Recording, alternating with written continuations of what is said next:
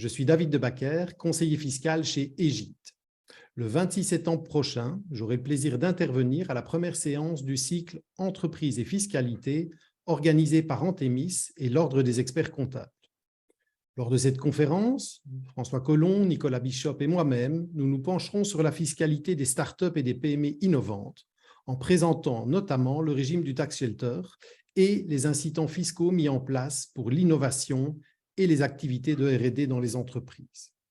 Notre intervention portera notamment sur le tax shelter Startup et Scale-up.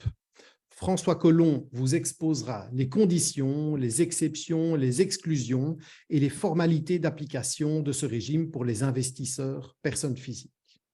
Ensuite, Nicolas Bishop et moi-même vous exposerons les différentes mesures fiscales pour l'innovation et la R&D. Nous aborderons tout d'abord la mesure de dispense de versement de précompte professionnel pour les chercheurs. Cette mesure fait l'objet depuis quelques années de contrôles fiscaux intensifs qui se clôturent souvent par des litiges avec l'administration. Nous partagerons avec vous notre expérience dans ces contrôles fiscaux, comment s'y préparer, comment gérer ces contrôles. Nous reviendrons sur les modifications récentes qui concernent le processus de notification à BELSPO et nous vous exposerons les premiers arrêts de jurisprudence rendus sur cette matière. Nous nous intéresserons ensuite à la déduction pour investissement R&D et à sa variante, le crédit d'impôt R&D.